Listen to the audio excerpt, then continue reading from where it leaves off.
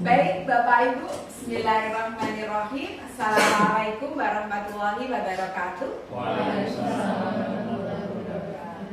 Alhamdulillahirabbil alamin. Puji syukur marilah senantiasa kita panjatkan kehadirat Allah Subhanahu wa taala, yang mana karena rahmat dan ridhonya lah sehingga pada kesempatan kali ini kita dapat berkumpul di ruangan ini dalam rangka diseminasi budaya positif di sekolah yang merupakan rencana aksi dari calon guru penggerak.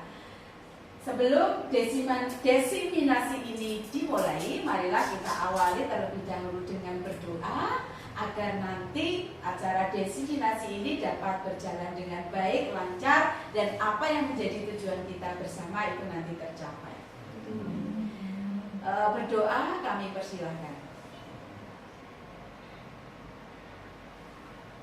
Cukup?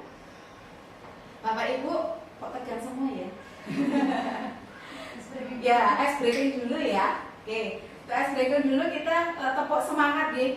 Ya, tepuk semangat itu. Tepuk semangat. Oi, oi. Oi, oi. Oh iya, gitu aja biar semangat semuanya ini Bapak Ibu, dengan semuanya. Ya, tepuk semangat. Oi, oi. Oi, oi. Oh iya. Tambah lagi ya Ibu, tepuk keren. Tepuk keren karena Bapak Ibu hebat semuanya. Jadi adalah orang keren-keren semuanya ya. Ya, tepuk keren itu seperti ini. Tepuk keren, jempol kanan, jempol kiri, dua jempol, keren. Bersemangat ya Bapak Ibu Cik. Baik, tepuk keren, jempol kanan, jempol kiri, dua jempol, keren. Baik Bapak Ibu, sebelum diseminasi ini dimulai, kita buat kesepakatan terlebih dahulu ya, biar nanti untuk diseminasi ini dapat berjalan dengan baik dan lancar. Kesepakatannya adalah mungkin nanti bisa selesai tepat waktu, disetujui ya? Ya. Kemudian yang kedua, kalau ada keperluan boleh izin atau bagaimana? Atau stay sampai selesai waktunya? Boleh izin, baik. Kemudian untuk yang nanti kalau misalnya bertanya aturannya, angkat tangan terlebih dahulu. Jadi ada 3 kesepakatan disepakati ya. Yang pertama selesai tepat waktu, yang kedua kalau ada keperluan boleh meninggalkan tempat untuk izin. Kemudian yang ketiga yaitu kalau ada pertanyaan angkat tangan. Baik Bapak Ibu, sudah sepakat ya? Nah, baik Bapak Ibu, pada kesempatan kali ini saya akan mendiseminasikan hasil pendidikan guru penggerak saya. Kalau Bapak Ibu sudah bahasa semua ya? Ya, nggak perlu diperkenalkan. Nah, saya Umi Maslahah, calon guru penggerak angkatan 9. Nah, di calon guru penggerak angkatan 9 ini saya sudah belajar selesai modul 1. Di mana di modul 1 ini kami diajarkan tentang yang pertama, filosofi pendidikan menurut Ki Hajar Dewantara. Itu modul 1.1. Kemudian modul 1.2 kami diajarkan tentang nilai-nilai dan peran guru penggerak.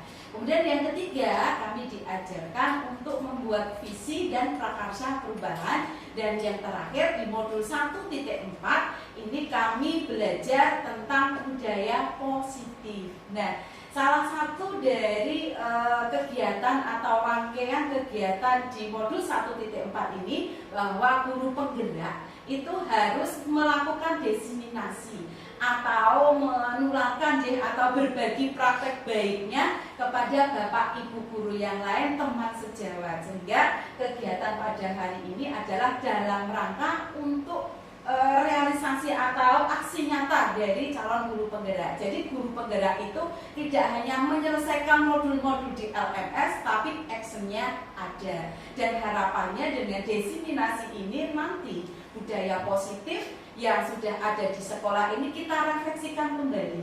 Apakah sudah sesuai dengan nilai-nilai pendidikan yang diajarkan oleh Ki Hajar Dewantara. Seperti itu. Kemudian di budaya positif ini nanti kita akan membahas ada 6 pembahasan. Yang pertama yaitu tentang disiplin positif dan nilai-nilai kebajikan universal. Kemudian yang kedua, ini nanti kita akan sharing, berdiskusi lagi tentang teori motivasi, hukuman dan penghargaan restitusi, kemudian keyakinan kelas, kebutuhan dasar manusia dan dunia berkualitas, 5 posisi kontrol dan segitiga restitusi. Nah, makna disiplin ya. Dalam rangka menciptakan lingkungan yang positif, salah satu strategi yang perlu kita tinjau kembali adalah penerapan disiplin kita. Apakah telah efektif? Apakah masih perlu ditinjau kembali? Apa sesungguhnya arti dari disiplin itu sendiri? Ini yang akan kita bahas pada makna disiplin. Apakah tata tertib kita dalam rangka untuk membentuk anak yang punya karakter disiplin itu sudah sesuai dengan apa yang diharapkan dari filosofi pendidikan Ki Hajar Dewantara. Seperti itu. Nanti kita akan membahas sampai di situ. Kemudian di sini makna disiplin menurut Ki Hajar Dewantara untuk mencapai kemerdekaan dalam konteks pendidikan yaitu menciptakan murid yang merdeka. Syarat utamanya adalah harus ada disiplin yang kuat. Kemudian disiplin yang dimaksud adalah disiplin diri yang berasal dari motivasi internal, bukan dari motivasi eksternal atau terpaksa karena takut dengan seseorang, bukan atas kesadaran diri sendiri, gitu. Jadi nanti yang akan dimaksud dengan disiplin positif ini adalah anak dengan sukarela akan melaksanakan sebuah tindakan yang positif yang itu menunjukkan perilaku disiplin dengan kesadaran sendiri, bukan karena dipaksa. Kemudian kita memerlukan pihak lain untuk mendisiplinkan kita. Jadi memang untuk motivasi internal itu tumbuh perlu adanya stimulus dari motivasi atau dorongan dari eksternal seperti itu. Kemudian nilai-nilai kebajikan. Nilai kebajikan merupakan nilai kebajikan yang disepakati bersama. Lepas dari suku bangsa, agama, bahasa maupun latar belakangnya. Kemudian beberapa institusi atau organisasi pendidikan di bawah ini telah memiliki nilai-nilai kebajikan yang diyakini dan disepakati bersama. Salah satunya adalah nilai-nilai kebajikan yang ingin dicapai oleh setiap anak Indonesia yang kita kenal dengan profil pelajar Pancasila. Ada berapa dimensi Bapak Ibu profil pelajar Pancasila? Dan apa saja Ibu? Beriman dan bertakwa kepada Tuhan Yang Maha Esa. Kemudian gotong royong. Kemudian kerjasama atau kolaborasi. Terus apa Bu? Mandiri, bernalar kritis dan kreatif. Nah, itu yang adalah nilai-nilai yang diharapkan lulusan SMK IPK 2 Sleman setelah lulus itu nanti punya nilai-nilai tersebut.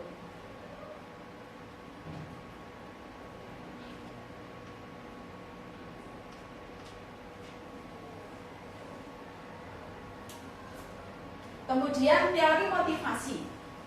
Dan dosen menyatakan ada 3 motivasi perilaku seperti yang sudah saya sampaikan di depan. Jadi orang itu melakukan tindakan dalam rangka untuk aturan atau menjadi seorang yang disiplin itu ada alasannya. Yang pertama, untuk menghindari ketidaknyamanan atau hukuman. Motivasi ini bersifat eksternal. Contoh, anak datang ke sekolah tidak terlambat bukan atas kesadaran diri sendiri, akan tetapi nanti takut kalau nanti telat tidak boleh masuk, kemudian nanti dapat hukuman atau konsekuensi. Contoh kalau di sekolah kita diminta untuk menghafalkan surat-surat pendek, nah itu takut karena kan anak-anak kita belum hafal surat-surat pendek. Daripada nanti diminta untuk hafal surat pendek, mending saya berangkat lebih awal. Itu adalah masih dorongan atau motivasi yang bersifat eksternal, bukan yang berasal dari diri sendiri. Kemudian yang kedua, teori motivasi yang kedua, untuk mendapatkan imbalan atau penghargaan dari orang lain. Motivasi ini juga masih bersifat eksternal. Contoh nih, misalnya bapak ibu guru ini hadir di sekolah. Hadir di sekolah kan kita sepakat ya, paling lambat 7 kurang 15 menit sudah hadir di sini ya. Nah, kalau ibu hadir di sini tepat waktu karena untuk mendapatkan hadiah atau ribet atau nanti tidak dibutuhkan di buku kepala sekolah, nah itu masih merupakan motivasi dari eksternal, bukan atas kesadaran dari diri sendiri. Kemudian yang terakhir adalah untuk menjadi orang yang mereka inginkan dan menghargai. Nanti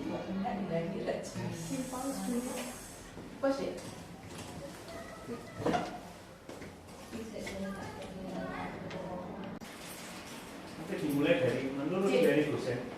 Baik, Bapak Ibu, mohon maaf ya, tadi ada gangguan listriknya mati, alhamdulillah sudah menyala lagi. Kita sharing lagi tentang teori motivasi ya.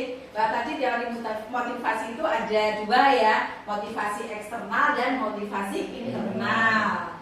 Kemudian motivasi yang eksternal itu karena takut dihukum, karena untuk mendapatkan reward. Nah, yang dimaksud dengan motivasi internal yaitu untuk menjadi orang yang mereka inginkan dan menghargai diri sendiri dengan nilai yang mereka percaya. Jadi anak ketika melakukan atau kita ketika melakukan sebuah aktivitas itu karena kesadaran sendiri, atas tanggung jawab sendiri, bukan karena dorongan eksternal, bukan karena takut aturan, bukan karena ingin mendapatkan reward. Nah, ini adalah motivasi yang kita harapkan untuk anak-anak kita ini nanti punya karakter yang seperti ini. Kemudian hukuman, konsekuensi, dan restitusi. Jadi hukuman itu bersifat tidak terencana, kemudian satu arah dari guru tanpa kesepakatan dengan murid, dan hukuman itu berupa fisik maupun psikis. Jadi hukuman ini nanti bisa berupa tindakan, bisa dengan omongan yang kasar yang menyakitkan hati, seperti itu. Kemudian apa itu konsekuensi? Konsekuensi merupakan bentuk disiplin yang sudah terencana dan sudah disepakati oleh guru dan murid. Jadi harapannya ini nanti kita menghilangkan hukuman, tapi kita ganti bahasanya yang positif menjadi konsekuensi. Ya, di mana konsekuensi ini nanti sudah berdasarkan diskusi dengan murid dan sudah kita sepakati. Kemudian restitusi.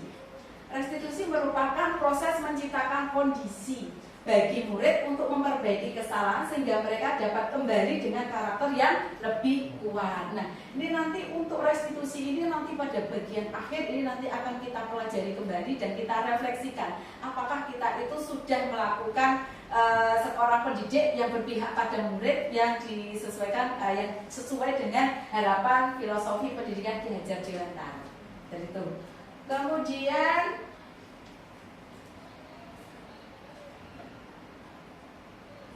yang ketiga tentang keyakinan kelas.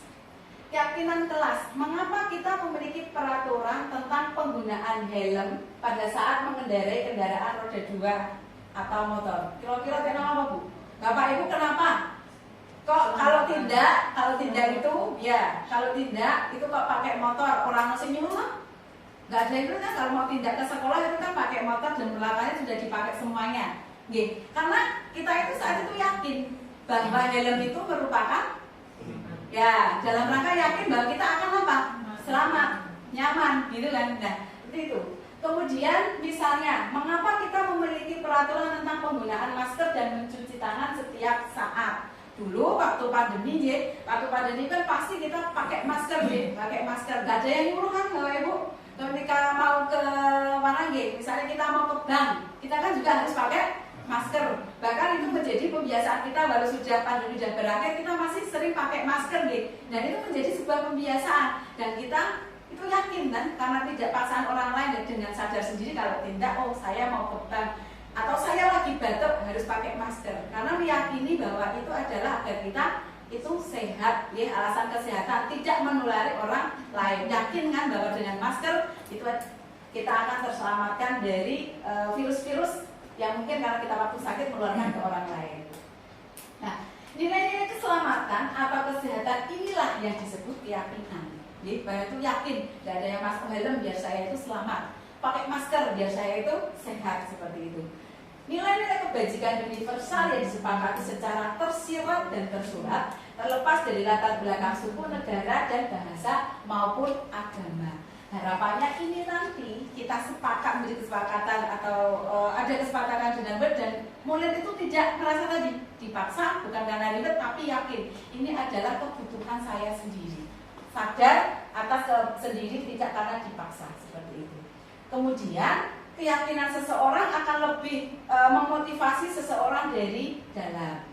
Ya, jadi kalau orang itu sudah yakin, kayak tadi ya, pakai masker, kan udah yakin, aku naik masker, aku lagi batuk, itu tidak akan menular dan yakin. Akhirnya kan kita nggak ada yang nyuruh, kita pakai masker, itu adalah keyakinan.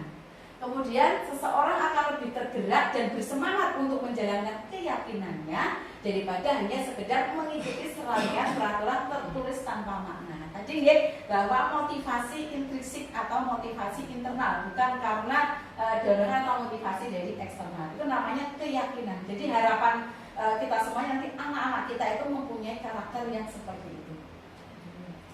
Kemudian pembentukan keyakinan kelas.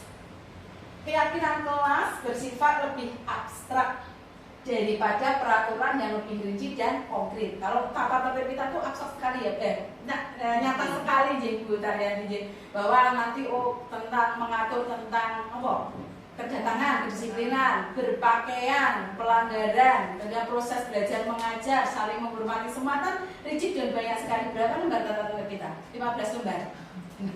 Ya 15. Nah, nanti beda dengan keyakinan. Keyakinan itu nanti hanya kita bersifat abstrak. Abstrak ya. Kemudian keyakinan kelas berupa pernyataan yang universal. Dan pernyataan keyakinan kelas senantiasa dibuat dalam bentuk kata-kata yang positif. Nah, kata-kata yang positif seperti apa nanti kita bahas di bawah. Kemudian keyakinan kelas sebenarnya tidak terlalu banyak. Kemudian sehingga mudah diingat dan dipahami oleh semua warga kelas. Nek kakean keyakinan mungkin saya itu keyakinan yang mana itu malah bingung, orang sinau ini malah sinau keyakinan gitu nggih. Kemudian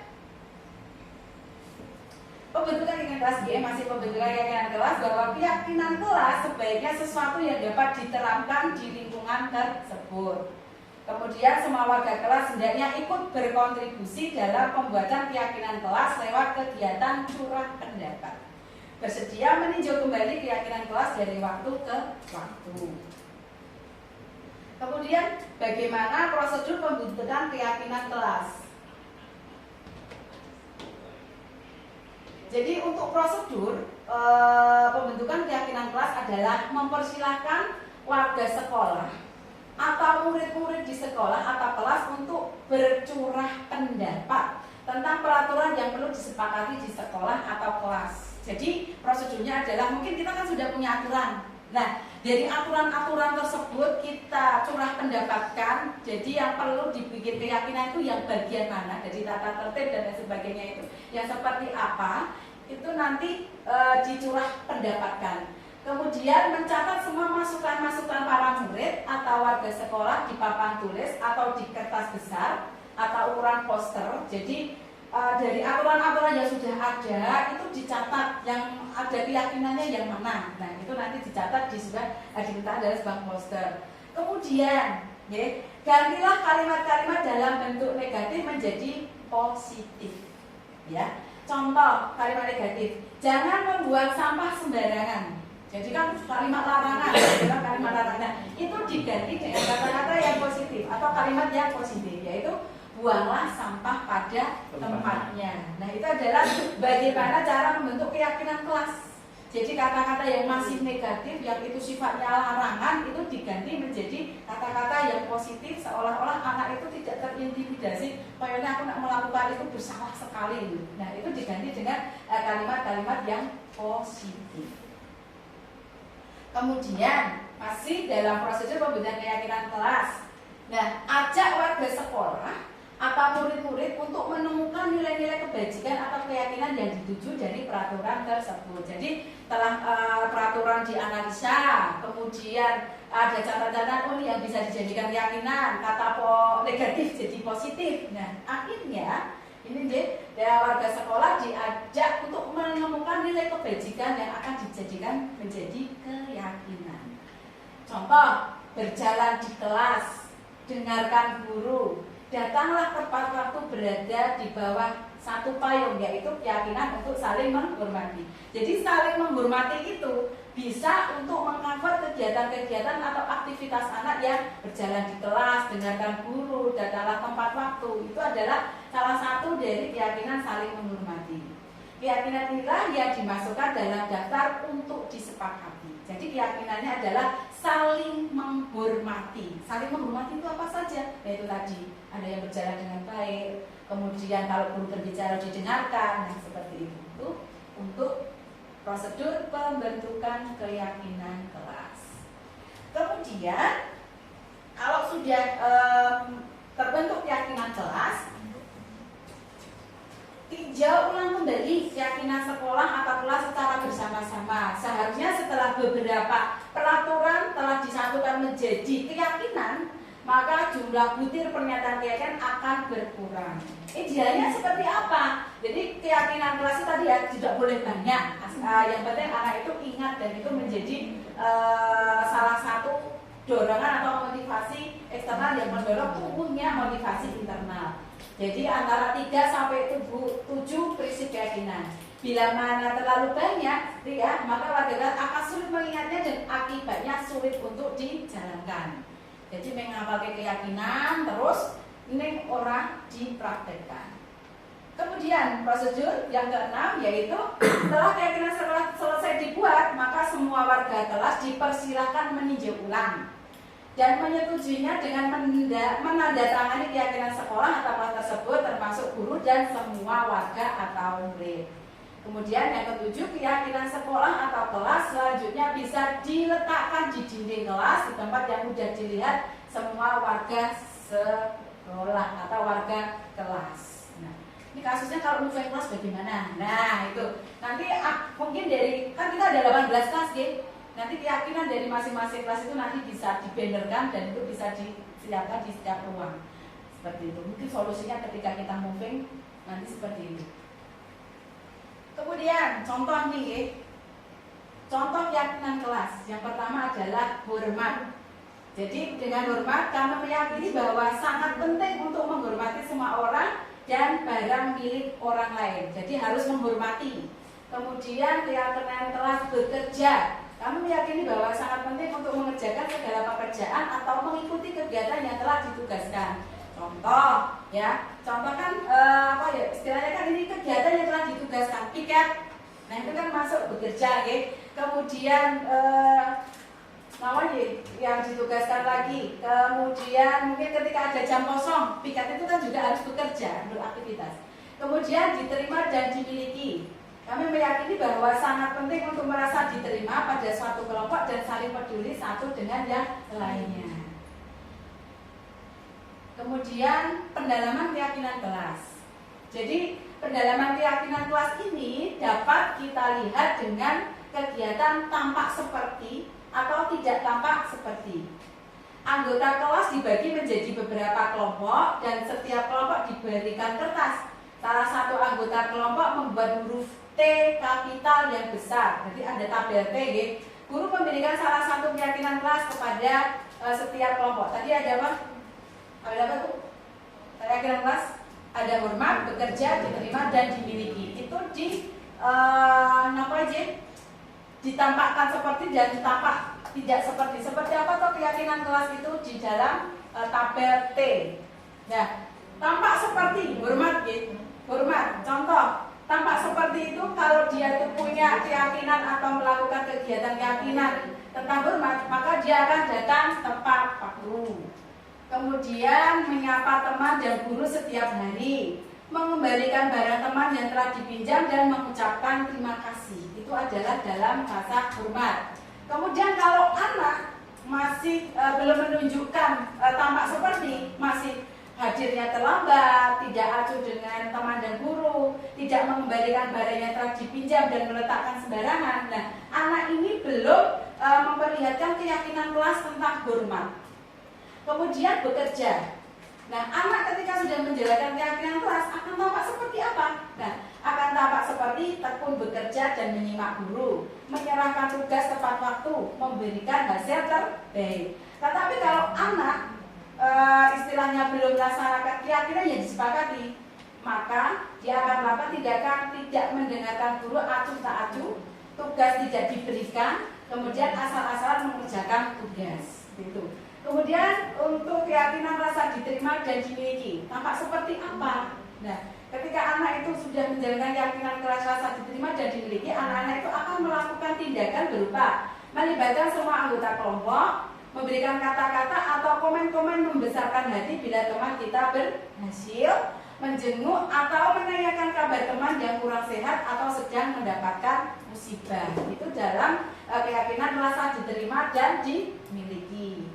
Kalau anak-anak kita ini masih belum menunjukkan yang tampak seperti masih sering mengucilkan salah satu teman, yang jadi anak sekarang ya circle, nah itu kemudian marah atau iri kepada atas keberhasilan teman-teman kita, acuh tak acuh terhadap teman yang sedang kurang sehat atau mendapat musibah. Nah, itu anak-anak ketika tidak tampak seperti itu, maka keyakinan kelas itu belum dijalankan. Kemudian kita uji lagi yang keyakinan kelas tadi, maka akan terdengar seperti apa ketika anak itu melakukan keyakinan kelas. Misalnya satu orang berbicara, yuk saya bantu, berarti anak ini dalam rangka melakukan keyakinan kelas. Kemudian kita bisa selesaikan ini bersama. Anak-anak akan berkata-kata yang bijak seperti itu. Kemudian dan itu bisa terdengar. Kemudian tolong ya, permisi, boleh saya pinjam. Nah, keyakinan kelas itu bisa dilihat dari kata-kata anak seperti itu. Nanti akan segera saya kembalikan. Nah, itu akan tampak terdengar seperti itu. Kemudian anak merasakan keyakinan kelas dan sudah sepakati akan terlihat seperti apa? Berempati terhadap perasaan orang lain. Kalau ada teman yang sedang bersedih atau kena musibah, itu berempati. Tidak artinya dia menari-nari di penderitaan orang lain, tidak ya. Tapi ketika ada anak yang sedang sedih, itu mendekati, memberi motivasi. Kemudian memegang barang milik orang lain hanya dengan izinnya. Jadi kalau mau pinjam itu izin. Kemudian itu akan terlihat. Jadi kalau rajin, ambil, berarti anak belum merasakan keyakinan kelas, akan terlihat seperti itu. Kemudian mendengarkan dengan seksama. Jadi Bapak Ibu ini kan berarti keyakinan kelas terlihat, oh Bapak Ibu terlihat mendengarkan dengan seksama. Senantiasa berbuat baik dan berbagi. Kemudian berperilaku. Keyakinan ini nanti akan tampak ketika berperilaku seperti apa? Ketika ketemu dengan Bapak Ibu guru, anak-anak ini tersenyum dengan ramah, maka anak itu dalam rangka melakukan keyakinan kelas. Kemudian memberikan salam hormat atau berjabat tangan, meletakkan tangan di dada atau saling 5S. Jadi anak melakukan 5S itu akan berperilaku seperti itu dari keyakinan yang sudah disepakati. Kemudian memberikan ruang bekerja, postur tubuh yang tenang. Tuh, itu akan berperilaku, anak-anak akan berperilaku seperti itu dari keyakinan tadi. Kemudian pendalaman tentang keyakinan kelas tadi, kegiatan tugas saya, tugas kamu. Jadi ketika kita membuat sebuah keyakinan kelas, ini juga masih dalam rangka kesepakatan, ini guru itu tugasnya apa? Kemudian murid itu tugasnya apa? Itu juga dituangkan dalam proses tentang pembentukan keyakinan kelas. Jadi tugasnya guru itu mengajar, mendidik, menjawab pertanyaan, memberi nilai, mengatur kelas, menegakkan peraturan kelas atau sekolah, menjalankan keyakinan kelas, peduli terhadap semua murid. Nah, itu adalah merupakan tugasnya guru. Kemudian tugasnya murid apa? Ya, tugasnya murid belajar, mencoba, menghasilkan yang terbaik dari diri, bertanya jika tidak paham, kemudian mengikuti peraturan, menjalankan keyakinan kelas, mendengarkan, memeriksa tugas kembali. Itu ada tugasnya murid. Karena guru itu tugasnya bukan menyakiti atau disakiti, ya, menyakiti atau disakiti. Jadi ya, kadang kan guru itu diminta untuk mengerti anak, tapi harusnya guru itu juga merupakan manusia, harusnya juga bisa dimengerti. Sehingga ada bahasa menyakiti atau disakiti. Tidak boleh, tugasnya bukan seperti itu. Atau memaksa kamu untuk belajar, memaksa anak-anak untuk belajar itu bukan merupakan tugas guru. Merapikan barang-barang murid bukan merupakan tugas guru. Menyiapkan makanan atau barang-barang alat tulis yang merupakan kebutuhan murid itu bukan tugas guru. Kemudian yang bukan tugas murid apa? Menyakiti atau disakiti, sama gitu. Kemudian mengeluh, itu bukan tugasnya murid. Merusak barang pribadi atau orang lain, melakukan tugas guru, memutuskan untuk teman kamu. Mungkin melakukan tugas yang tidak ada kaitannya dengan proses belajar mengajar di sini, ya. Kemudian untuk budaya positif yang keempat yaitu kebutuhan dasar manusia. Pada dasarnya manusia itu mempunyai kebutuhan dasar. Yang pertama yaitu kebutuhan untuk bertahan hidup atau survival. Kemudian punya kebutuhan dasar kasih sayang dan rasa diterima. Kemudian penguasaan, kebebasan, dan kesenangan. Ini adalah merupakan kebutuhan dasar dari manusia. Kebutuhan dasar manusia. Ketika murid berperilaku yang bertentangan dengan nilai kebajikan atau melanggar peraturan, sebenarnya karena mereka gagal memenuhi kebutuhan dasar mereka. Jadi ketika tadi ya, kebutuhan dasar manusia itu seperti itu. Contoh ya, beberapa anak di kelas 2A telah datang padanya dan mengeluhkan Doni yang seringkali meminta bekal makan siang mereka dengan paksa. Jika Anda menghadapi situasi demikian, apa yang Anda lakukan? Menurut Anda, kira-kira apa alasan Doni melakukan hal tersebut? Nah, Doni melakukan ini dalam rangka memenuhi kebutuhan dasar manusia tadi. Ya? Nah, bisa kita analisa. Jika jawaban Doni karena lapar dan tidak membawa bekal makan siang, artinya Doni sedang berusaha memenuhi kebutuhan untuk bertahan hidup. Kemudian, jika jawaban Doni karena dia merasa senang temannya memperhatikan dia, ketika temannya melaporkan tindakannya itu pada gurunya dan gurunya memberitahu orang tuanya sehingga orang tuanya jadi memperhatikan dia, maka kebutuhan dasar yang sedang dipenuhi Doni adalah kebutuhan akan kasih sayang dan diterima. Oh ya, anak Madiono itu berarti dia sedang butuh kebutuhan dasar yaitu kasih sayang dan rasa diterima. Ya, disayang ya. Kemudian jika jawaban Doni adalah merasa hebat karena temannya jadi takut dengan dia dan menuruti keinginannya, maka sebetulnya Doni sedang berusaha memenuhi kebutuhan dasarnya akan kekuasaan. Kemudian jika jawaban Doni karena dia merasa bosan dengan bekal makanan yang dibawakan ibunya, maka Doni sedang berusaha memenuhi kebutuhan akan kebebasan. Orang membawa bekal ibunya terus aku bebas, ini orang nyalok kayak kancane gitu ya. Kemudian jika jawaban Doni karena kisah-kisah saja dan yang menikmati ekspresi wajah teman-temannya yang kesal karena diambil makanannya dan menurut dia ekspresi temannya itu lucu gitu ya, maka berarti Doni sedang berusaha memenuhi kebutuhannya akan kesenangan, tapi merugikan orang lain ya. Nah, kebutuhan dasar manusia.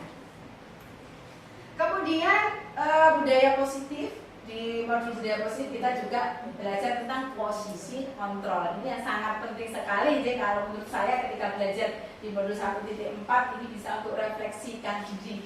Sebenarnya kita ada di posisi yang mana gitu ya. Jadi apa yang dimaksud dengan posisi kontrol? Melalui serangkaian riset dan berdasarkan pada teori kontrol, Dr. William Glasser Cousin berkesimpulan ada 5 posisi kontrol yang diterapkan seorang guru, orang tua, ataupun atasan dalam melakukan kontrol.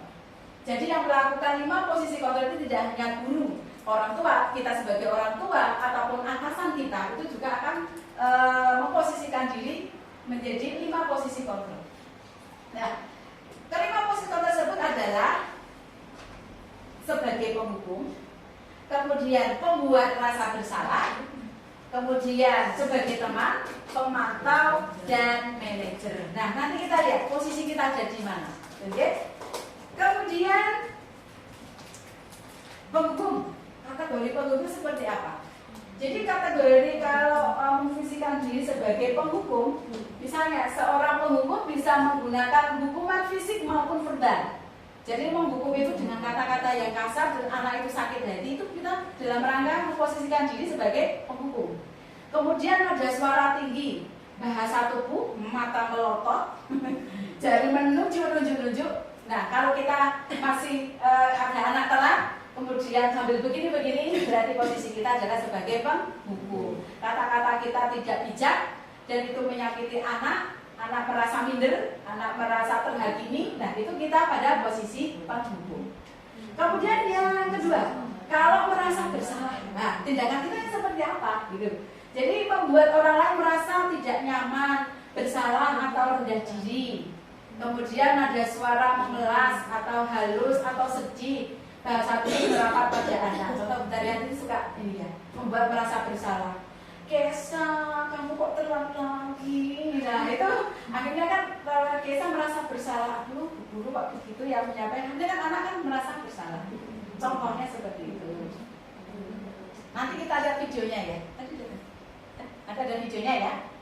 Ya. Memposisikan sebagai teman, guru pada posisi ini tidak akan menyakiti murid, namun akan tetap berupaya mengontrol murid melalui persuasi. Guru di posisi teman menggunakan hubungan baik dan humor untuk mempengaruhi seseorang. Mereka akan berkata, ayo bantulah demi bapak ya, sambil senyum-senyum itu. Kemudian, ya sudah, kali tidak apa-apa, nanti ibu bantu bereskan. Nada suara ramah, akrab, dan bercanda, bahasa tubuh, merapat pada murid, mata dan senyum jenaka. Nah itu kita memposisikan diri sebagai teman. Tadi ya kayak Kesa gitu. Kok terlambat kenapa sambil senyum jenaka? Anak LRT. Kemudian posisi pemantau. Posisi pemantau itu seperti apa? Pada saat kita mengawasi, kita bertanggung jawab atas perilaku orang-orang yang kita awasi. Posisi pemantau berdasarkan pada peraturan-peraturan dan konsekuensi. Dengan menggunakan sanksi atau konsekuensi, kita dapat memisahkan hubungan pribadi kita dengan murid. Pertanyaan yang diajukan seorang pemantau, misalnya kan peraturannya apa? Kita ada di posisi pemantau nih, biasanya seperti itu. Apa yang telah kamu lakukan? Sanksi atau konsekuensinya apa? Kemudian nada suara datar, bahasa tubuh yang formal. Jadi orang yang tidak gitu ya, formal. Kemudian ini adalah posisi yang terakhir adalah manajer. Ini ada diharapkan seorang guru itu ada pada posisi manajernya, itu posisi di mana guru berbuat sesuatu bersama dengan murid, mempersilahkan murid mempertanggungjawabkan perilakunya, kemudian mendukung murid agar dapat menemukan solusi atas permasalahannya sendiri. Seorang manajer akan berkata seperti ini, apa yang kita yakini? Itu. Kembali ke keyakinan kelas. Apakah kamu meyakininya? Kemudian jika kamu meyakininya, apakah kamu bersedia memperbaikinya? Jika kamu perbaiki ini, hari ini menunjukkan apa tentang dirimu? Apa rencana kamu untuk memperbaiki hari ini? Ada suara yang tulus. Jadi untuk yang manajer itu tulus. Bahasa tubuh tidak kaku mendekat ke murid. Nah ini Bu Tariati yang sering mempraktekkan ini ya. Untuk anak-anak yang mungkin sudah memotivasi belajarnya sudah mulai kendor karena mendapat barrier dan lain sebagainya, sering sudah memposisikan sebagai manajer. Kemudian posisi kontrol restitusi. Jadi tadi kita sudah belajar 5 posisi kontrol sebagai penghukum. Contoh, sebagai penghukum, guru berbuat, misalnya menghukum, menghardik, menunjuk-nunjuk, menyakiti, nyindir-nyindir, berarti itu penghukum. Kemudian membuat bersalah, berceramah, menunjukkan kekecewaan yang mendalam. Kemudian membuat alasan-alasan untuk murid-muridnya, kemudian menghitung dan mengukur, mengajukan pertanyaan-pertanyaan. Kalau memposisikan ini sebagai teman dan manajer. Kemudian guru berkata apa? Ketika sebagai penghukum, Kalau kamu tidak melakukan, saya akan, tapi dengan ada yang keras. Ya, dengan ada yang keras. Misalnya ada anak waktu pelajaran main handphone dan itu kesepakatan. Ketika kita menyapa anak tersebut dengan suara yang keras, itu nanti kita lebih ke menghukum. Kemudian membuat orang merasa bersalah. Guru akan berkata, kamu sudah mengecewakan bapak ibu. Kemudian perilaku kontrol positif yang berlaku teman, guru akan berkata, lakukan untuk bapak ibu. Ya sudah, nanti bapak ibu bantu bereskan. Itu sebagai teman. Lalu pemantau, apa peraturannya, apa konsekuensinya atau sanksinya ketika anak berbuat salah nih, apa yang kamu lakukan, apa yang terjadi sekarang. Nah, ketika bapak ibu memposisikan diri sebagai manajer, kita akan keluar kata-kata yang tadi, yang mendekat, kemudian tidak nadanya tidak tinggi. Nanti kita tanyakan lagi, apa yang menjadi keyakinan kelas kita, apa kamu meyakini hal tersebut. Kalau kamu yakininya, kamu harus memperbaikinya. Kalau kamu perbaiki, jadi kira-kira hati akan menggambarkan apa tentang dirimu. Jadi ketika di posisi manajer, anak itu dimintakan kembali, kita refleksikan kembali kesalahannya dan keyakinan kelas apa yang sudah dilanggar. Kemudian ketika anak menyadari, oh saya ini ya ternyata melakukan atau melanggar keyakinan kelas seperti ini, dia menyadari. Nah, dia akan diminta untuk mencari solusi sendiri. Kira-kira kalau Maneko ini terus ya bagaimana agar kami itu kembali ke keyakinan kelas kita, agar tujuan belajar itu dicapai. Anak diminta untuk mencari solusi sendiri atas pelanggaran yang dimiliki. Tuh, kita sebagai ketika manajer, posisi manajer.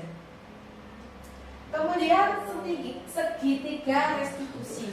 Ya, segitiga restitusi itu adalah dalam rangka memposisikan diri sebagai manajer. Tadi ya, bahwa yang pertama itu adalah menstabilkan identitas. Jadi ketika anak berbuat salah, dipanggil guru gitu kan, anak kan galau, anak kan risau.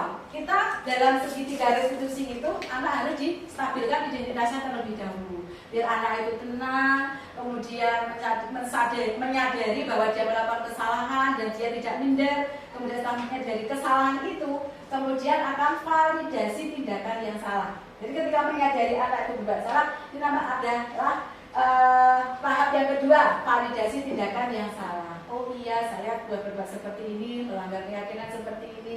Kemudian menanyakan keyakinan kelas yang sudah dilanggar itu apa. Kemudian anak akan kembali ke komunitasnya dengan konsekuensi yang sudah disepakati bersama ketika anak itu melakukan sebuah kesalahan seperti itu. Itu tentang segitiga restitusi. Nah, dalam rangka menstabilkan identitas, tadi sudah saya sampaikan ya, bahwa menstabilkan identitas itu seperti apa? Misalnya, mengubah identitas anak dari orang yang gagal karena melakukan kesalahan menjadi orang yang sukses. Anak yang melanggar peraturan karena sedang mencari perhatian adalah anak yang sedang mengalami kegagalan. Dia mencoba untuk memenuhi kebutuhan dasarnya, namun ada benturan. Kalau kita mengkritik dia, maka kita akan tetap membuatnya dalam posisi gagal. Kalau kita ingin menjadi reflektif, maka kita harus meyakinkan si anak dengan cara mengatakan kalimat-kalimat ini. Yaitu, berbuat salah itu tidak apa-apa, karena kan manusia itu kan tidak ada yang sempurna. Pasti orang itu pernah melakukan sebuah kesalahan. Tidak ada manusia yang sempurna, ya. Saya juga pernah melakukan kesalahan seperti itu. Jadi kembalikan identitasnya biar anak itu tidak merasa gagal seperti itu. Karena kan kita melanggar itu merasa gagal, tidak bisa menjalankan aturan dengan baik. Nah itu kita stabilkan identitasnya terlebih dahulu. Kemudian setelah menstabilkan identitas, kita validasi tindakan yang salah. Setiap tindakan kita dilakukan dengan suatu tujuan, yaitu memenuhi kebutuhan dasar. Kalau kita memahami kebutuhan dasar apa yang mendasari kebutuhan tindakan, kita akan bisa menemukan cara-cara yang paling efektif untuk memenuhi kebutuhan tersebut. Kalimat-kalimat yang akan memvalidasi kebutuhan mereka dan diucapkan tanpa menghakimi. Ini misalnya, Padahal kamu bisa melakukan yang lebih buruk. Ketika anak ya, tadi kan anak kamu kenapa melakukan kesalahan seperti ini gitu. Tadi begini kan dia emosi ya, emosi. Tapi kita validasi tindakannya yang salah. Sehingga kita motivasi lagi, padahal kamu bisa melakukan yang lebih buruk dari ini ya. Gitu loh. Misalnya ketika anak, nanti ada contohnya ya, ketika anak melakukan sebuah kesalahan, dia merugikan orang atau bertengkar dan sebagainya, hanya sebatas bertengkar, belum sampai ke membunuh. Nah kan tindakan yang lebih, bacaan gitu ya. Nah gitu. Nah ini dalam rangka tindakan yang salah, memvalidasi tindakan. Untung begini menunggui gitu loh. Nah pamer sekolah jadi apa menaik ya gitu. Kemudian kamu pasti punya alasan mengapa melakukan hal itu. Kemudian kamu patut bangga pada dirimu sendiri karena kamu telah melindungi sesuatu yang penting buatmu. Mungkin anak ketika melakukan kesalahan itu tadi dalam rangka memenuhi kebutuhan dasar tadi ya. Nah itu kita validasi tindakannya yang salah. Kemudian kamu boleh mempertahankan sikap itu, tapi kamu harus menambahkan sikap yang baru. Jadi udah, ya wes yang salah ya salahnya kudu diganti dengan sifat yang baru. Kemudian pada proses menanyakan keyakinan, teori kontrol menyatakan bahwa kita pada dasarnya termotivasi secara internal. Ketika identitas sukses telah tercapai, yaitu langkah 1, dan tingkat langkah yang kedua studi validasi, maka anak akan siap untuk dihubungkan dengan nilai-nilai yang dia percaya dan berpindah menjadi orang yang diinginkan. Jadi kalau dia menyadari kesalahannya, dia melakukan tindakan, kemudian dia melanggar sebuah keyakinan, oh iya, orang yang baik itu harusnya seperti ini, keyakinan kelas itu sudah mengajarkan kita seperti ini. Nah, ini dalam rangka menanyakan keyakinan. Dan di saat menanyakan keyakinan ini, terus tindakan kamu apa untuk memperbaiki kesalahan? Ini dalam rangka menanyakan keyakinan. Saya akan seperti ini. Nah, itu ada dalam rangka untuk anak itu mensolusikan, nek kowe dari salah ini, solusinya seperti apa? Dan kita bisa mendampingi anak untuk mencarikan solusi. Kemudian contoh pertanyaan-pertanyaan di bawah menghubungkan keyakinan anak dengan keyakinan kelas atau keluarga. Contoh nggih, contoh menanyakan keyakinan. Apa yang kita percaya sebagai kelas atau keluarga? Apa nilai-nilai umum yang kita telah sepakati? Apa bayangan kita tentang kelas yang ideal? Kamu mau jadi orang yang seperti apa? Itu ketika dalam rangka menanyakan keyakinan kelas. Nah, kemudian untuk memahami tentang penguatan pemahaman budaya positif akan kami tayangkan video tentang 5 posisi kontrol. Nah kalau tadi kan kalau saya yang berteori, mungkin Bapak Ibu belum paham, tapi kalau dengan menyaksikan video, mungkin Bapak Ibu akan lebih paham. Saya itu sebenarnya sudah ada pada posisi kontrol pada yang mana? Apakah sebagai pembuku atau sebagai apa lagi? Posisi 5 posisi kontrol apa saja? Apa saja Bu? Pembuku, pemantau. Nah, level yang paling kita inginkan ya sebagai manajer ini. Ya. Ini kita saksikan video tentang praktek 5 posisi kontrol.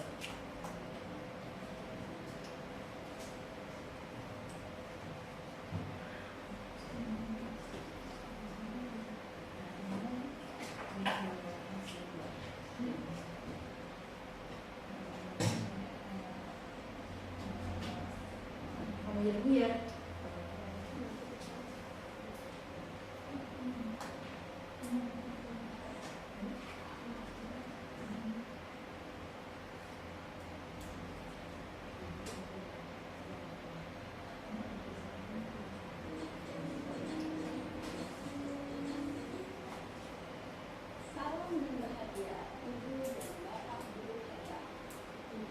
Video kali ini kita akan membahas tentang salah satu program disiplin positif yang diterapkan di lingkungan sekolah yang dikenal dengan nama restitusi.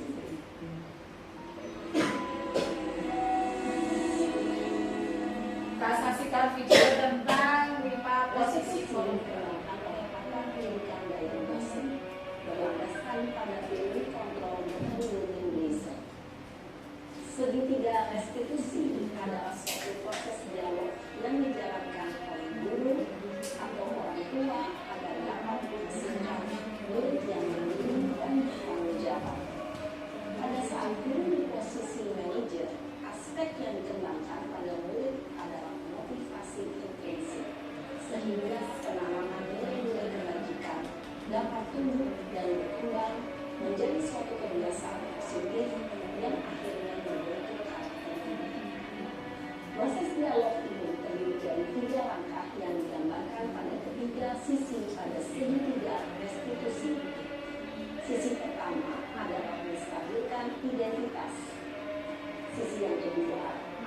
validasi tindakan yang sah. Dan sisi yang ketiga adalah menggunakan keyakinan. Ibu dan Bapak Guru berikut ini akan menunjukkan bagaimana seorang guru berada dalam posisi manajer menggunakan penerapan segitiga restitusi.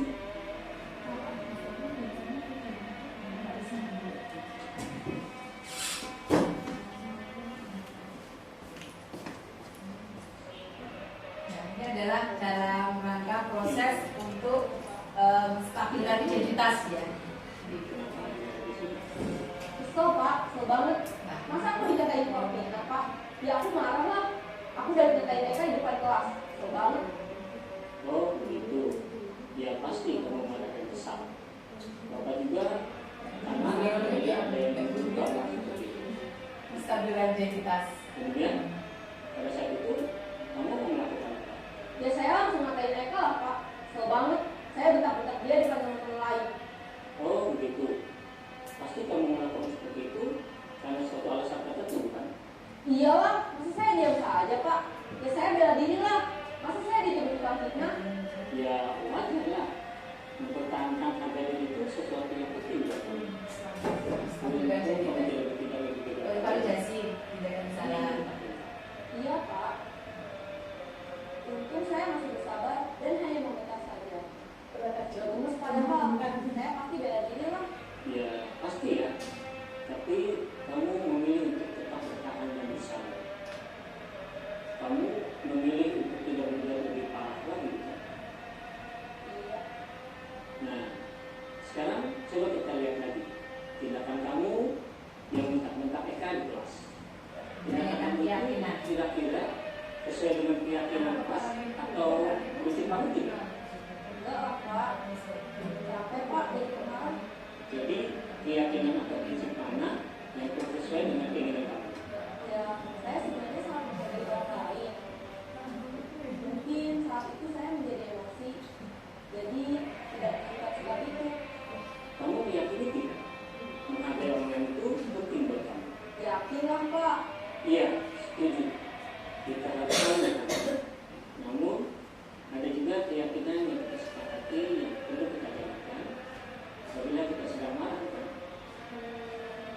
Ya saya bisa lebih proaktif. Mulai dengan diri sendiri. Saya bisa jadi lebih sabar.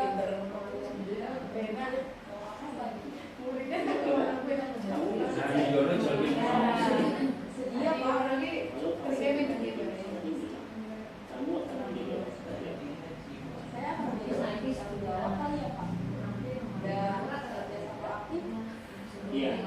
Menurut kamu bagaimana rasanya menjadi orang seperti itu? Ya nyaman lah. Bangga bisa bersabar dan tahan diri. Baiklah kalau begitu. Yuk kita pikirkan bagaimana memperbaiki masalah ini.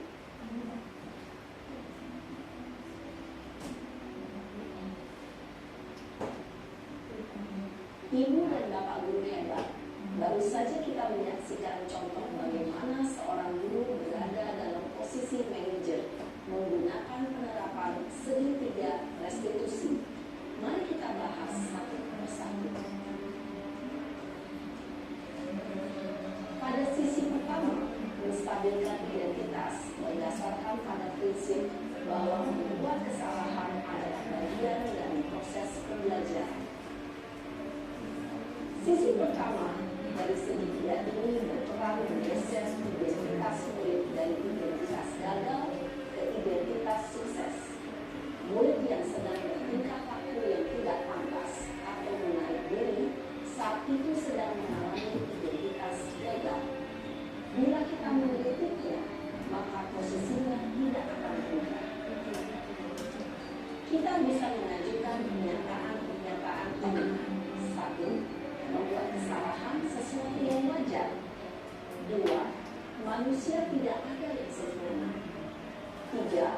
Kita bisa memperbaiki masalah ini. 4.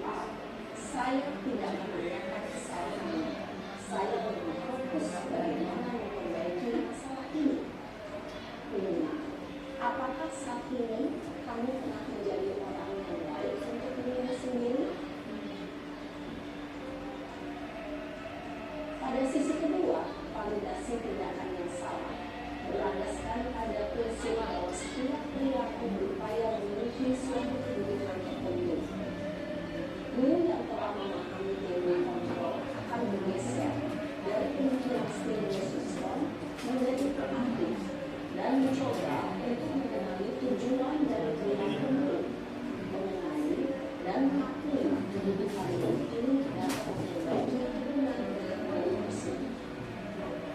Pernyataan atau pertanyaan bisa disampaikan dengan nada suara yang menghakimi atau menunjukkan sehingga dapat mengembalikan diri pada posisi positif.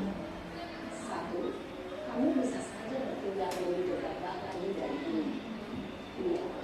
Aku bukan melakukannya tanpa sesuatu yang sangat penting. 3. Kamu melakukannya karena mempertahankan sesuatu yang penting bagimu. 4. Mungkin kamu bisa mempelajari suatu perilaku yang lebih efektif. Bersediakah kamu mempelajarinya? Selanjutnya, kita akan simak sisi terakhir, yaitu menanyakan keyakinan. Teori kontrol menyatakan bahwa pada dasarnya kita termotivasi secara intrinsik. Pada saat perilaku yang salah telah divalidasi dan identitas sukses telah stabil, maka diri telah siap menaikkan keyakinan-keyakinannya dengan tindakannya yang salah dan pemikirannya bergeser ini menjadi orang yang berjuang. Pertanyaan-pertanyaan ini dapat menaikkan keyakinan-keyakinan yang dianut. 1. Sebagai keluarga atau kelas, apa yang kita yakini? Baik Bapak Ibu, ini tadi saya tampilkan video tentang praktek segitiga restitusi. Bapak Ibu semuanya tentu sudah memahami bahwa ketika anak melakukan kesalahan itu kita bisa memvalidasinya atau memberikan solusi atas permasalahan anak tersebut dengan menggunakan segitiga restitusi. Yaitu yang pertama tadi dengan cara menstabilkan identitas, kemudian yang kedua validasi kesalahan dan menanyakan keyakinan. Harapannya dengan melihat video ini tadi Bapak Ibu memahami cara mempraktekkan ketika anak kita ini melakukan sebuah kesalahan, ini adalah solusi yang terbaik dalam rangka memposisikan kita dalam posisi sebagai manajer. Kemudian akan kami tampilkan lagi, untuk yang praktek posisi ya. Posisi 5 kontrol. Perlu diperhatikan beberapa hal. Yaitu 1. Perilaku yang salah perlu dikaitkan dengan nilai-nilai atau keyakinan-keyakinan yang telah disepakati atau dituju. 2. Nah, ini keren Bu. Ini praktek langsung. Nah, posisi kita sebagai apa? Penerapan segitiga restitusi. Apakah kita sebagai apa tadi Bapak Ibu? 5 posisi kontrol? Sebagai penghukum, atau sebagai teman, atau merasa bersalah, atau sebagai pemantau, atau sebagai manajer. Ini akan kita lihat. Yang dikenal dengan nama restitusi. Menarik Bapak Ibu. Ada video tentang penerapan restitusi. Kemudian kita posisinya pada posisi apa? Segitiga restitusi adalah suatu proses dialog yang dijalankan oleh guru atau orang tua agar dapat menghasilkan murid yang mandiri dan bertanggung jawab. Pada saat guru di posisi manajer, aspek yang dikembangkan pada murid adalah motivasi intrinsik, sehingga penanaman nilai-nilai kebajikan dapat tumbuh dan berkembang menjadi suatu kebiasaan positif yang akhirnya membentuk karakter diri. Proses dialog ini terdiri dari 3 langkah yang digambarkan pada ketiga sisi pada segitiga restitusi. Sisi pertama adalah menstabilkan identitas. Sisi yang kedua adalah validasi tindakan yang sah. Dan sisi yang ketiga adalah sendirilah, maksudnya dituduh fitnah? Ya wajar lah mempertahankan. 5 posisi kontrol yang dibuat oleh Jane Gossen dan contoh penerapannya. Keren Ibu.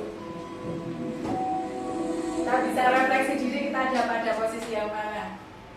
5 posisi kontrol itu adalah Ya, dari apa Bapak? posisi Sebagai penghukum, kemudian posisi membuat merasa bersalah, kemudian posisi teman, posisi pemantau atau monitor, dan yang terakhir adalah posisi manajer. Harapannya nanti Bapak Ibu dalam 3 yang berpihak pada murid itu kita paling tidak minimal ada pada posisi pemantau. Melihat bagaimana kelima Dan posisi harapannya setelah kita ada posisi pemantau bisa ditingkatkan lagi menjadi sebagai manajer. Nah ini contoh sebagai posisi pemulung.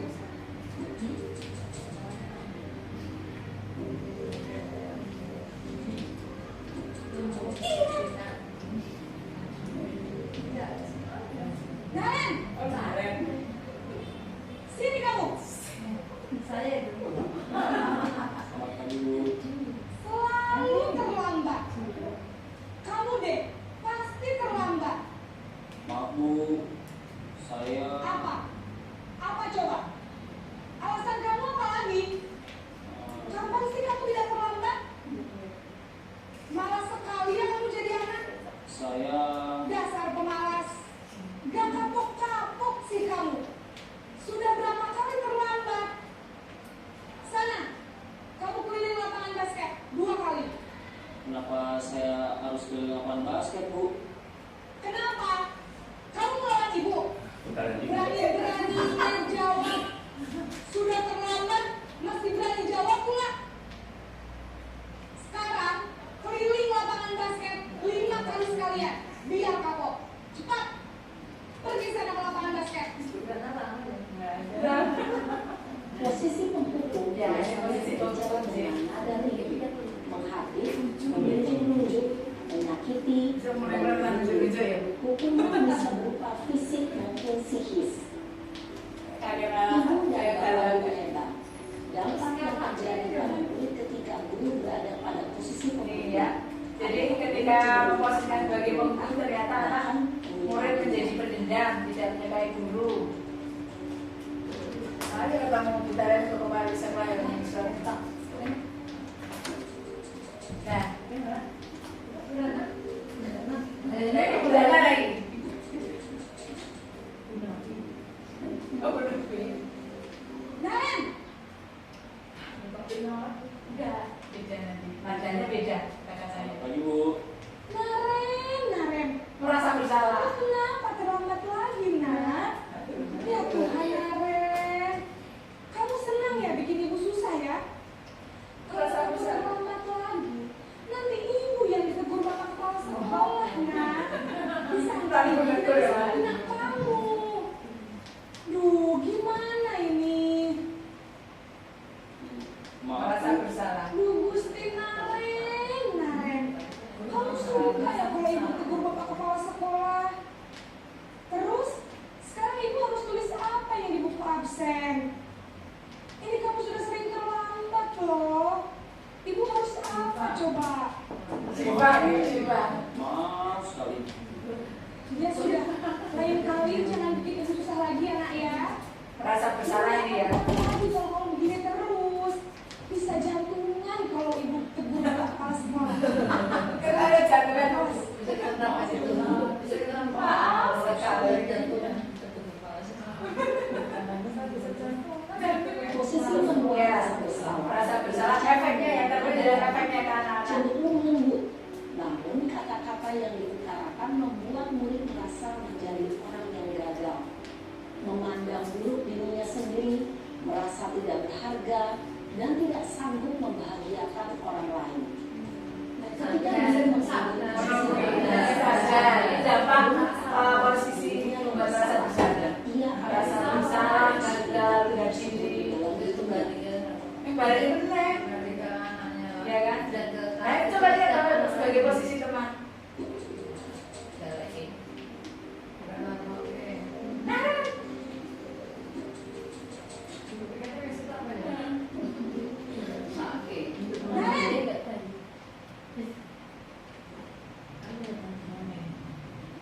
Selamat pagi Bu. Wah, sudah jam berapa ini, Nak? Ya, sudah. Iya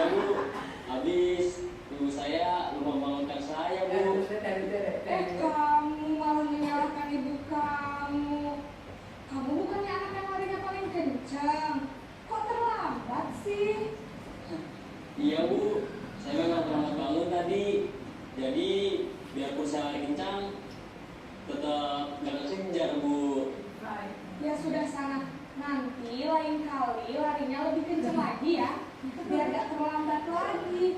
Bikin Si bayi. Ibu. Bisa kan? Bisa lah Bu. Ya sudah sama Tapi bapak aja. Ibu beresin urusan kamu ini ada saja. Dalam Ya. sesi teman, guru berbicara dengan nada suara ramah, akrab, cenderung bersenda gurau untuk menjaga suasana tetap santai. Murid akan merasa senang, aman, dan akrab dengan Efeknya ya, efeknya aktivitas yang diciptakan. Jadi dari kita adalah Terus besok itu telat mulai. Perlu diingat, karena ini masih dorongan eksternal, maka ada faktor Ini dampaknya nih Bapak Ibu ketika bekerja sebagai teman di sini tergantung pada satu orang. sehingga nilai Murid tidak mandiri dan bisa berkontribusi di sini. namun hanya kepada orang-orang tertentu Saya saja. anak Bu Emi kan tergantung jenengan. Siapa Fauzi ya? Yasin kok Fauzi. Berikan sebagai cewek pemantau. Naren, Di foto. Selamat pagi Bu. Naren, apa peraturan sekolah kita? Nah, yang kita ada kita sering ini harus ya. masuk sekolah, nak? Kita harus di sekolah jam 7 Bu. Iya betul. Sekarang sudah jam 7.20. Naren sudah tahu konsekuensinya jika terlambat hadir. Paham Bu? Saya harus tinggal kelas pas jam istirahat selama 20 menit. Iya benar. Konsekuensinya ya. Jadi nanti jam 9.30 pas istirahat, kamu harus tinggal di kelas, kerjakan tugas tambahan untuk ketertinggalan kamu, ya. Baik Bu. Rata wasi tidak dikerjakan ya? Posisi pemantau mengandalkan penghitungan atau data untuk mengontrol murid. Guru mengarahkan murid berdasarkan peraturan dan konsekuensi. Seorang pemantau menunjukkan bahasa tubuh dan ekspresi wajah yang datar dan cenderung formal.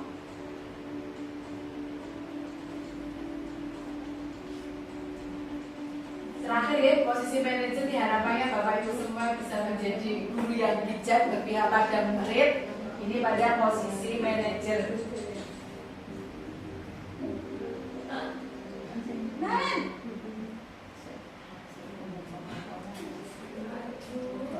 Selamat pagi Bu. Kamu bagaimana nih?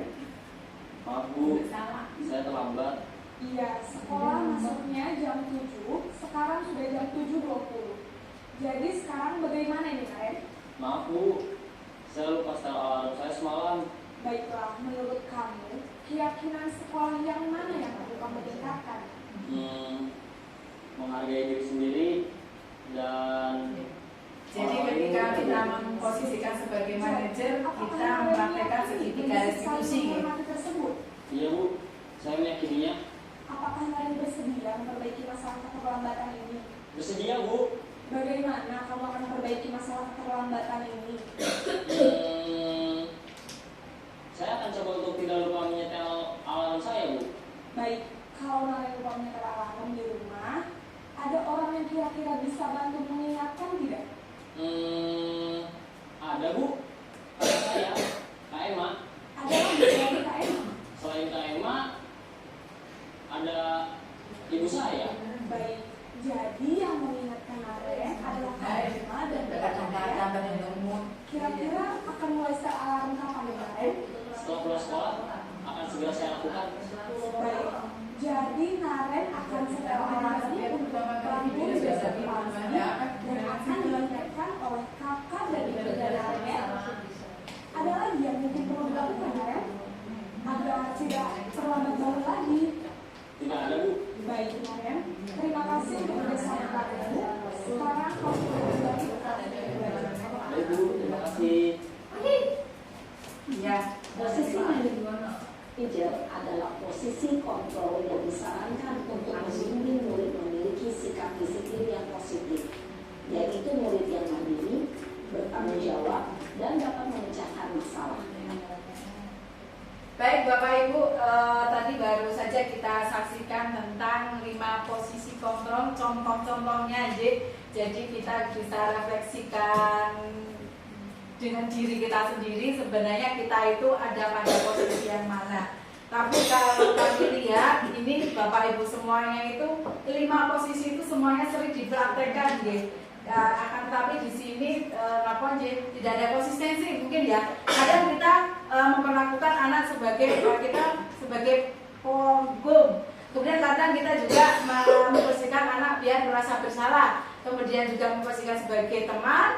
Kemudian yang sering kita lakukan adalah sebagai pemantau. Harapannya kita sebagai guru yang dalam rangka untuk menyelenggarakan pendidikan yang berpihak pada murid, minimal kalau belum bisa menjadi seorang manajer itu ada pada posisi pemantau. Harapannya kalau kita sudah melaksanakan kegiatan atau penertiban dengan memposisikan diri sebagai pemantau, ini harapannya kita kedepannya bisa menjadi posisi manajer. Kalau Bapak Ibu lihat ketika posisi manajer, kita tadi mempraktekkan apa Bapak Ibu? Ada 3 ya tadi. Mempraktekkan segitiga restitusi ya. Ya, harapannya ketika ada permasalahan ini nanti itu divalidasi, distabilkan dulu identitas anaknya, kemudian validasi kesalahannya, dan yang terakhir yaitu apa? Menanyakan tentang keyakinan kelas. Dengan posisi manajer ini nanti harapannya biar anak-anak itu ketika sudah disiplin, maka murid dapat mandiri, bertanggung jawab, dan dapat memecahkan masalahnya sendiri. Harapannya seperti itu. Nah, itu terkait dengan budaya positif Bapak Ibu. Mungkin untuk yang sesi terakhir untuk refleksi diri setelah Bapak Ibu menyaksikan tentang budaya positif ini, apa yang Bapak Ibu rasakan? Nah, coba monggo dari Bapak Ibu semuanya mungkin bisa merefleksikan setelah mengetahui budaya positif itu adalah tentang kedisiplinan, kemudian kita belajar keyakinan kelas, kemudian segitiga restitusi, kemudian tentang posisi kontrol, kemudian juga 5 kebutuhan dasar manusia, kayak gitu itu tadi. Mohon kita refleksikan perasaan Ibu setelah mengikuti desiminasi itu seperti apa. Maka Bu Taryanti, nggak sinten.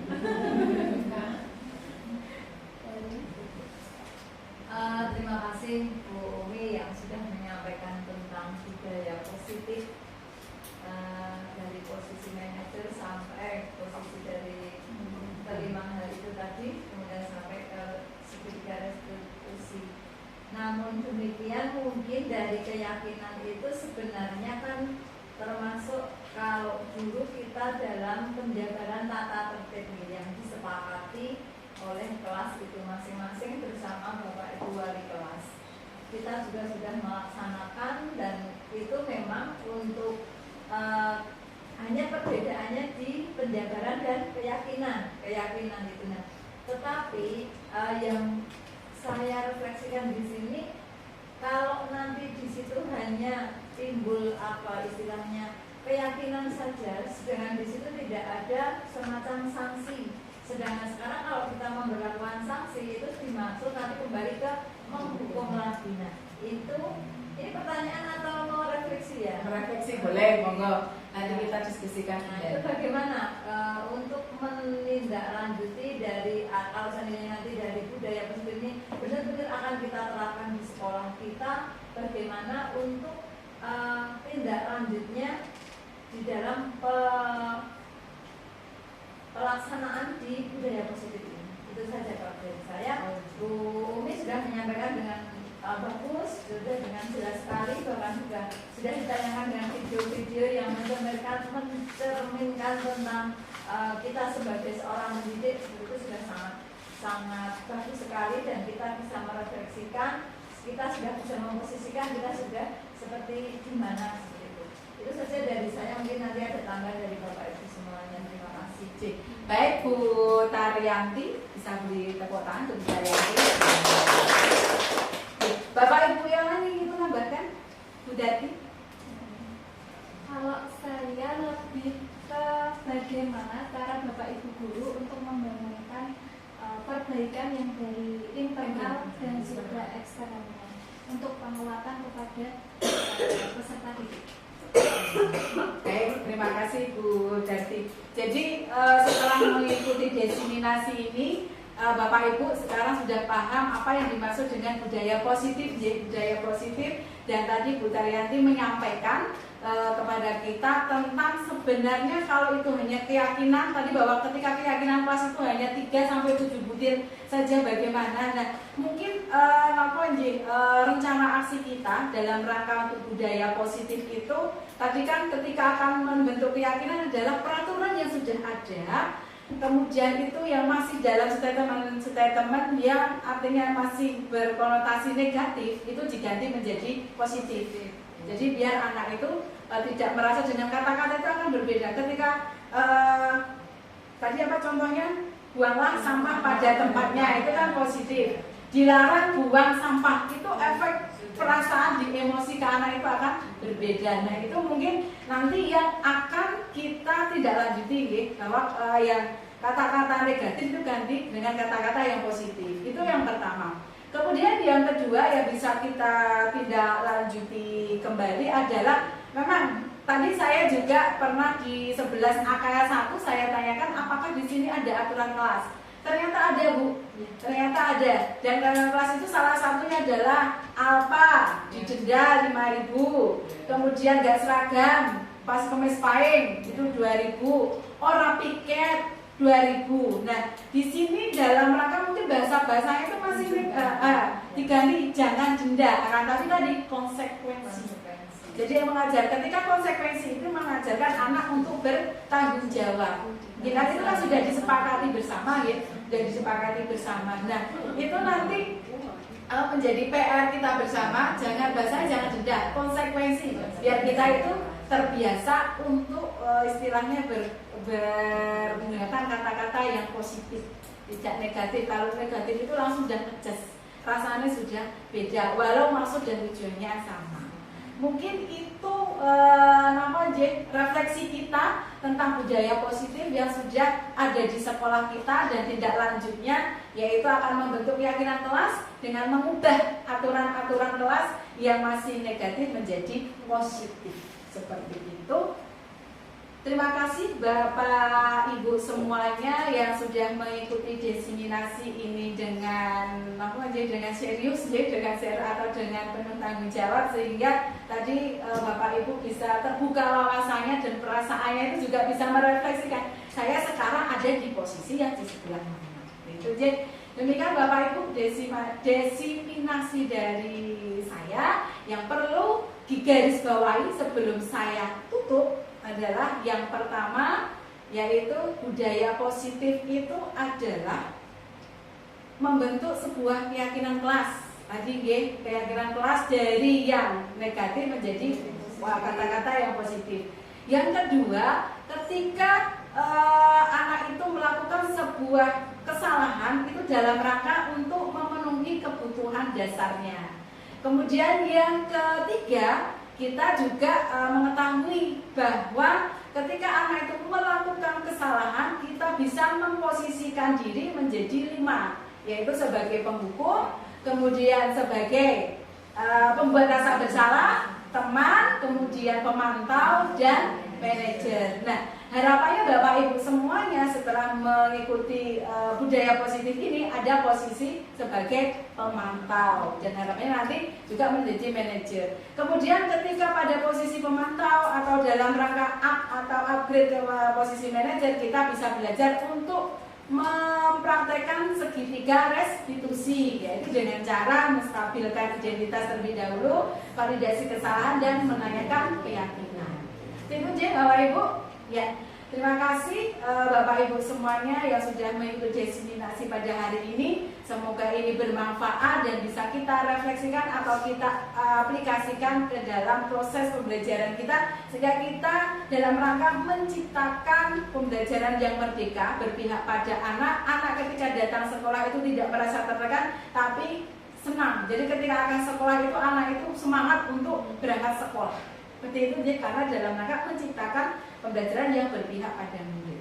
Demikian Bapak Ibu, ada kurang dan lebihnya saya mohon maaf. Kita akhiri dengan membaca hamdalah bersama-sama. Alhamdulillahirobbilalamin. Assalamualaikum Assalamualaikum warahmatullahi wabarakatuh.